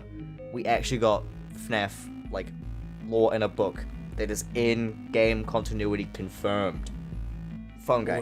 His name is Ralph. I don't know if he had a last name, but he has a daughter named Coppelia, I think. Coppelia. Coppelia, I think. But he has a daughter. And he talks to the daughter throughout the book, and he like talks about the daughter and whatever. And so he works at Freddy's. And he's been working at Freddy's a really long time. We basically hear a lot about him and his career with Freddy's throughout the nights. I'm not going to talk about the main chunk of the book here, just the little lore bits. Go and read it for yourself. It is really actually good. It's an interactive novel, and it's like, it's a lot longer than VIP was, I'll tell you that. So, I know immediately, by saying it's phone guy, you're gonna think of like, well, doesn't he die that week? If this is the week before FNAF 1, he must die. And yes, he does. We see, there's a canon ending to the book. There's multiple endings that aren't canon, but there's one canon ending to the book, and in that ending, you hear him recording, well, I guess you read him recording the phone call for night 4 where he dies. You want to hope this isn't the end, but having lived through almost 5 nights at Freddy's, you know the deal. The replacement won't understand what you're saying, or they won't believe you either until it's too late. Or maybe the animatronics won't even give them the opportunity to leave the security office. They're definitely more aggressive tonight, as if something has changed. Maybe you've changed them, through your interactions with them this week. Some legacy. I always wonder what was in those empty heads back there. A chime sounds behind you. What is that? You know, you turn around thinking Foxy's rebooted himself, but you see what's behind him. Freddy Fazbear. Something moans. Is it you? Oh no. The animatronics scream. All of them. The doors in the office pop open and the camera feeds cut out. The monitor spews static and snow dances across the screen. The phone line goes dead. So we finally get more details on his actual death. It is every animatronic. It plays the Golden Freddy scream, I believe, in FNAF 1 in the actual phone call, but it seems like it's the main 4, and, quote, all of them are killing him at the same time. But that finally answers the question of who killed Phone Guy. It was all of them. And that's not even the best part, it doesn't end there, it keeps going. When you come to how, it's dark. You can't move your head, but through 2 small eye holes, you can just make out what appears to be the repair shop behind the stage. I'm okay, you wonder? Something smells bad. It might be you. It's me. Why can't you move your head, your hands? I'm not okay. All your choices have led you here, now you're out of options. The only thing you can do is wait. So, in multiple endings, I believe, well, multiple game overs, you get shoved into a Freddy Fazbear suit, just like Mike does in the game over screen for FNAF 1. And if you really think about it, how are the kids possessing the animatronics? They got stuffed into suits and they possessed them. So with Phone Guy, it must be the same, right? This last bit at the end here implies that he is dead and not dead at the same time, like he is possessing the suit. We see that he is in a suit because he can see through small eye holes, and he's in, quote, the repair shop behind the stage. By the way, that's something that's different between the game and the book. I don't know if it's just a mistake or whatever, but the parts and services behind the stage instead of being off to the side. It is called backstage, so I guess he changed it to make more sense. So is Phone Guy still alive? The fact that Phone Guy was in the FNAF 1 location and was stuffed into a suit, and was seemingly undead, like we're seeing here, Phone Guy in games could still be alive. Which is crazy to think about. What if, like, we could see him in the security breach era? Who knows? He'll come back somehow. Maybe he's part of the Tangle Blob. Who the hell knows? But it's crazy to finally know what happened to him after, like, 10 years. Now, as for him being Phone Guy, it is definitely confirmed in the story. We see here, quote, just because we don't often meet our fellow employees doesn't mean we aren't part of the same friendly Fazbear family, trademark. It's important to have some pride and consideration. This is one of the reasons you agreed to record those training videos for new hires and leave phone messages as part of orientation. Helps you feel a connection to the other guards. Helping a calm voice helps them keep a clear head when things get tense. It's nice to know that after you leave this job, part of you will always remain here. Referring to, of course, the phone calls. If that's not enough, they even refer to him as the Phone Guy. Some people around here now use the Phone Guy because you have voice messages that are forwarded to new hires with reminders, tips, and encouraging words to support them during their orientation week. Ironically, you don't use the phone much yourself. You record the messages and management schedules them to go out automatically. They've probably been using the same ones for ages. Maybe you should update them. But yeah, so it is definitely Phone Guy. So confirmed, Ralph is Phone Guy, and this is definitely the FNAF 1 Phone Guy, which is crazy. Now, before I get into stuff about the 1987 bite, why did I call it that? It's the bite of 87. Before I get into that, and also the bite of 83, which is here for some reason, there's a few more tidbits in here I want to go over. First of all, there is a line kind of confirming that the unwithered animatronics did look like the FNAF 1 animatronics. Quote, "The brown bear is dapper as always in his black top hat and bow tie. You're glad they restored the vintage animatronic with his classic look." Now this is what? You're glad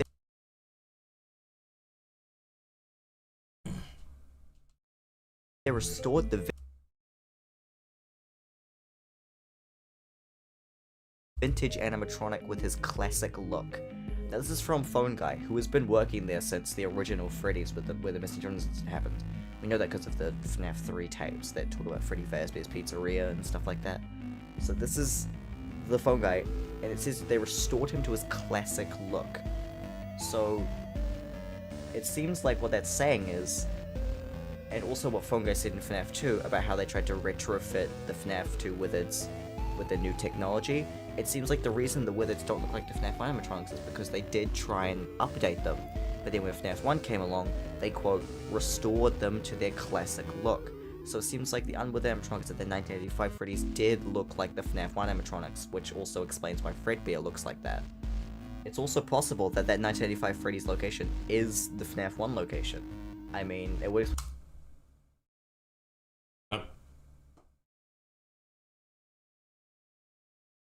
They might have a safe room just by opening later on. And you may say, well, the layout's completely different. It's completely different. Well, in the book, it even says, it seems like whole sections of the building have been closed off over the years, or perhaps they're expansions that were abandoned before completion. It's saying that this book, it even says... Dar aici e ăsta de security. Dar nu se leagă deloc, what the hell. Leonardo poate...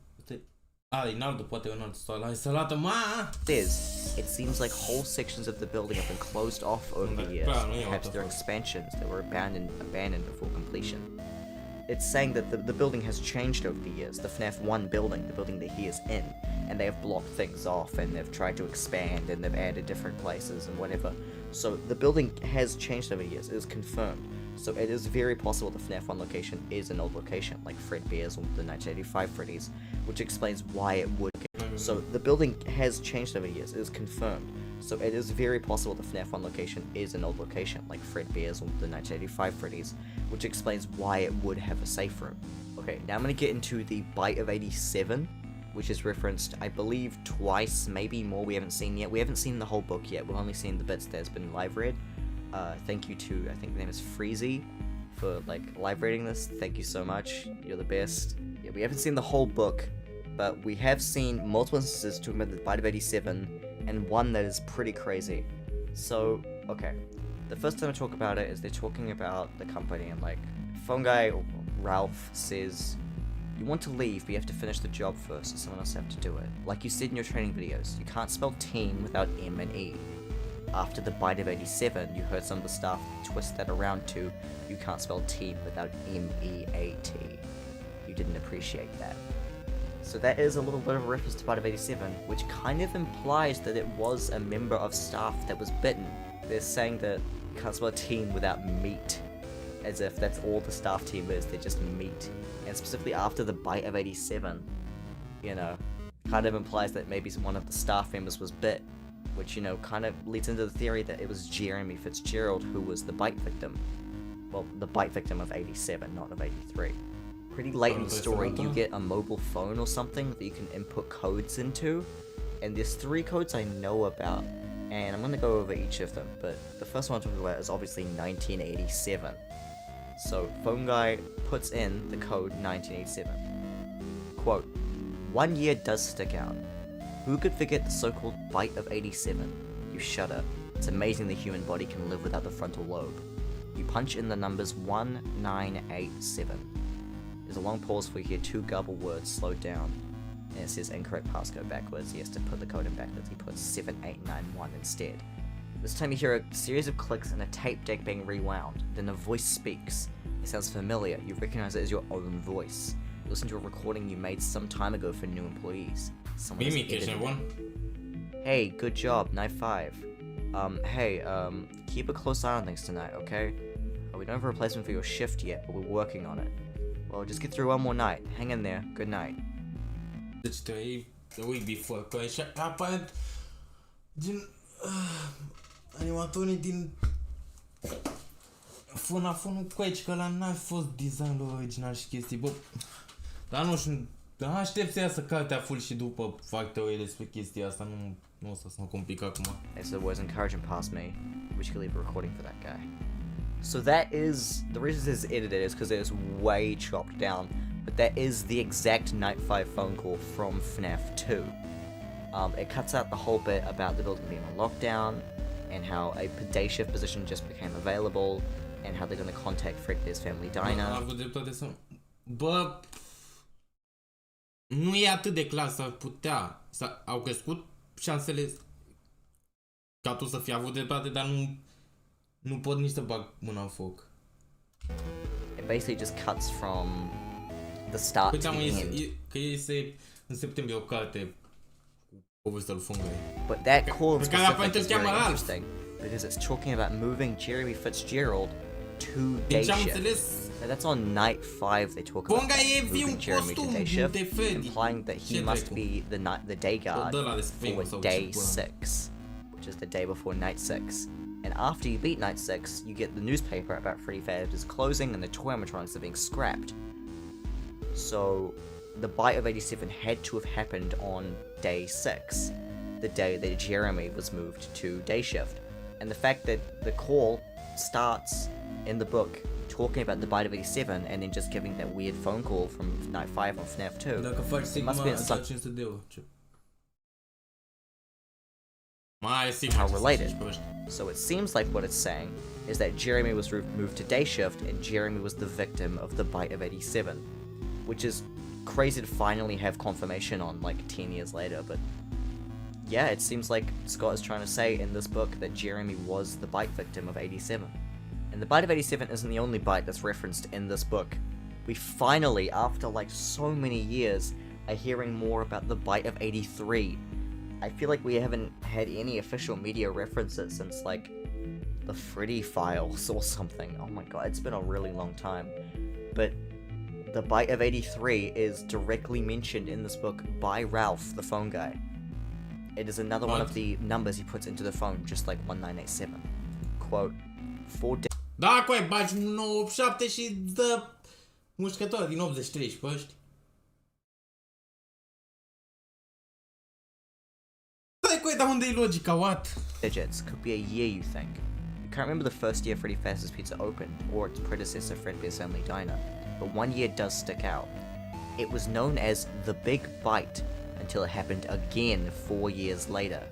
Kind of like how World War I was called the Great War until another one came along. Speaking of tragedies being avoided, you punch in the numbers 1983. The phone line crackles. Oh, what? Then you hear a sobbing child. It's definitely a little boy crying on the other side of the line. He's shouting, "No, let me go." You lean forward. "Hello? Hello? Are you there? Talk to me, kid." "No, please, I don't want to." Your skin prickles. You realize you're listening to a recording. You can't help anyone. "Give you a closer look," another boy says. His voice is mean and hard.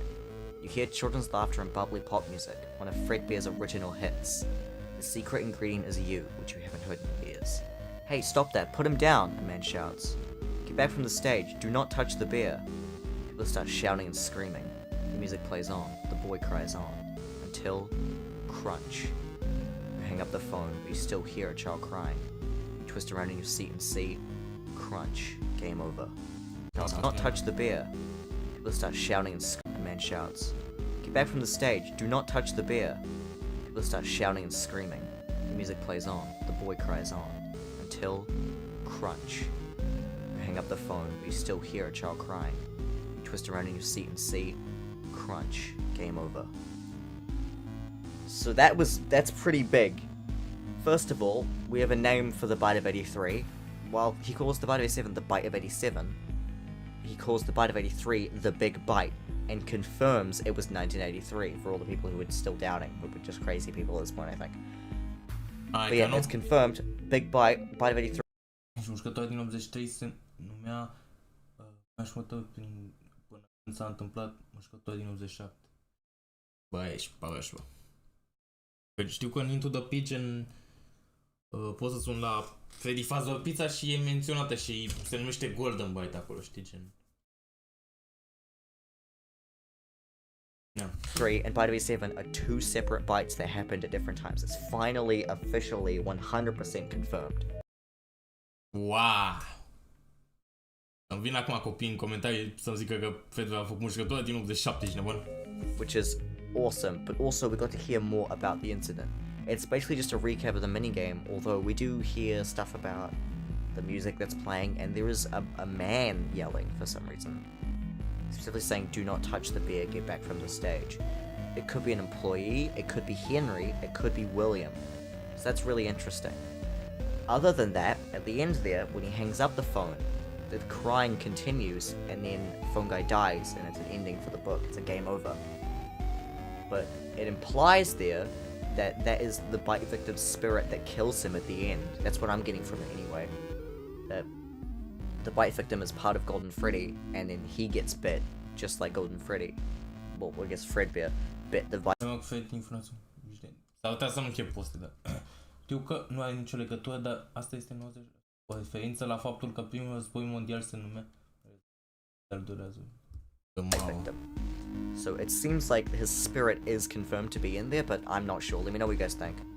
But that is finally crazy to hear more about the Bite of 83 after all these years. That's really all the big lore I could talk about, other than, you know, the main story of the book.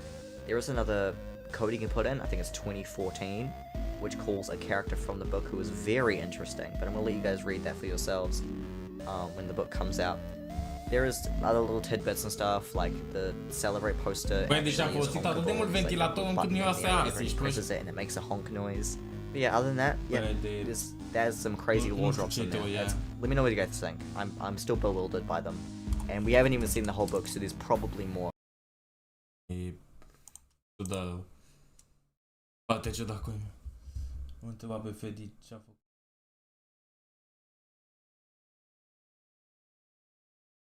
Băi, ia mă coi, dar vreau gen să deschid puțin Into the Pit și cum a venit să sun la Fedi faza pizza să văd dacă e pe bune faza aia.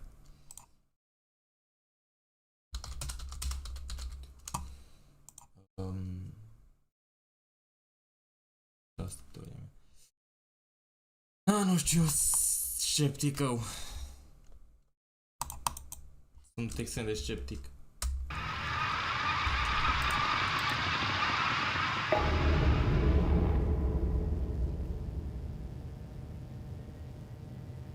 Am zis că gen zicea de parcă ar fi venit la designul original, știi? De parcă inițial ar fi avut designul ăla gen...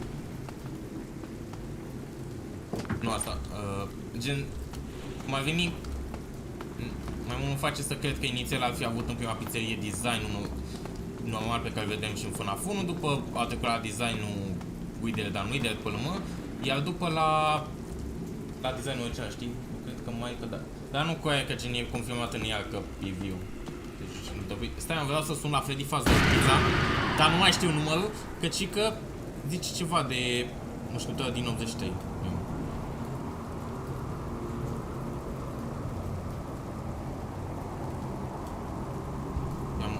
Hai totuși să iau telefonul ăla, dacă tot.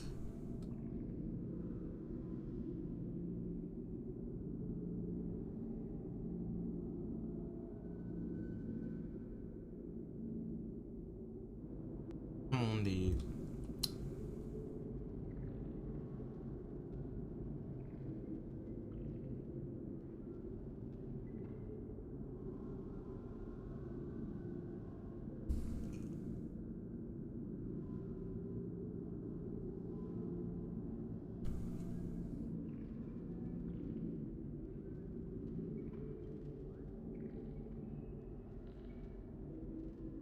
Deci stați așa puțin.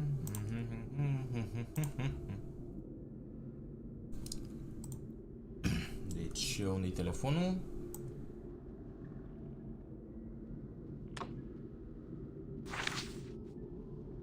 Unu 800 03 mai e, de fapt. Ia. Aici? Ok.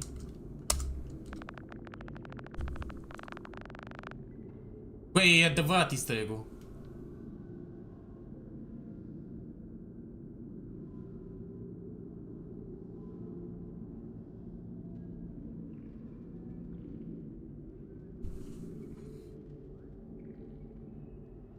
Mușcătura din 83.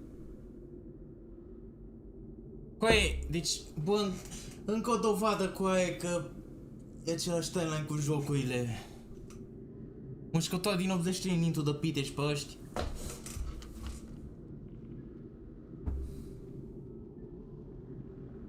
LOL.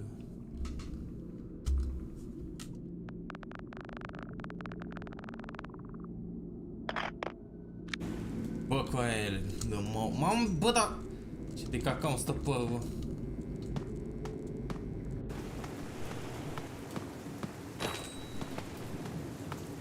A, nu știu, hai să facă repede un căcat de ending sau ceva, știi? Mai mult așa.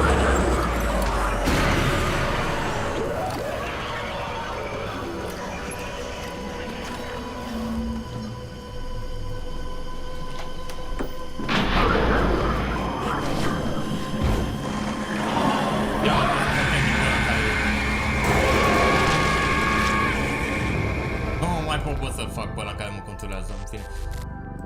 Băi, e teoria mea cu animatorul pe zici. Na, dar...